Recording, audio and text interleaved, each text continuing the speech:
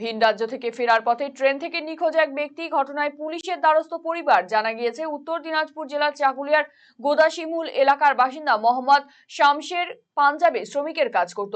পাঞ্জাব থেকে ট্রেনে ফেরার পথে রবিবার বারসই নামবার কথা ছিল তার। পরিবারের সঙ্গে যোগাযোগ করে তিনি বারসই ট্রেনে নেমে যাওয়ার কথাও জানান, কিন্তু তারপর থেকেই তার আর কোনো খোঁজ নেই। মোবাইল বন্ধ, বিভিন্ন জায়গায় সন্ধান চালিয়েও হদিশ মেলেনি তার। ঘটনায় উদ্বিগ্ন তার পরিবার। ওই ব্যক্তির সন্ধান পেতে সোমবার চাকুলিয়া থানায় অভিযোগ দায়ের করেছেন তার স্ত্রী।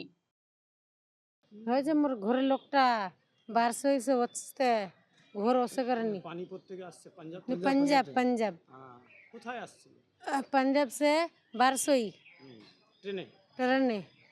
তারপরে বলছে যে ঘর যাচ্ছি, গাড়ি সে নামছে আর ওসে না ফোনে কথা হয়েছিল, ফোনে।